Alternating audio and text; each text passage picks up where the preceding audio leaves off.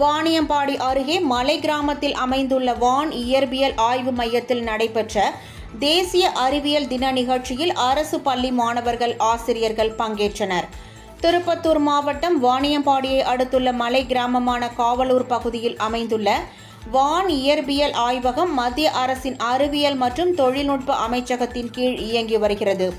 இந்த ஆய்வகத்தில் ஆசியாவிலேயே மிகப்பெரிய 23 மீட்டர் நீளம் கொண்ட வைனு பாப்பு தொலைநோக்கி நிறுவப்பட்டுள்ளது.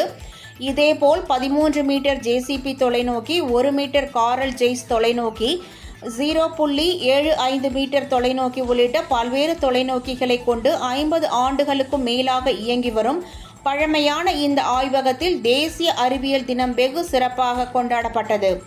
இதில் வாணியம்பாடி, ஆலங்காயம் மற்றும் ஜமுனாமத்தூர் வட்டாரத்தில் உள்ள அரசு பள்ளிகளைச் சேர்ந்த சுமார் 50 மாணவர்கள் மற்றும் ஆசிரியர்கள் பங்கேற்றனர்.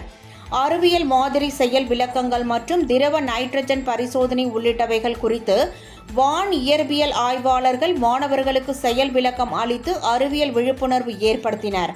அதனைத் தொடர்ந்து நடைபெற்ற ஓவியப் போட்டியில் வெற்றி பெற்ற மாணவர்களுக்கு வைனு பாப்பு வான் இயற்பியல் ஆய்வக பொறுப்பாளர் ராமச்சந்திரன் சிறப்பு பரிசுகள் மற்றும் சான்றிதழ்களை வழங்கினார்.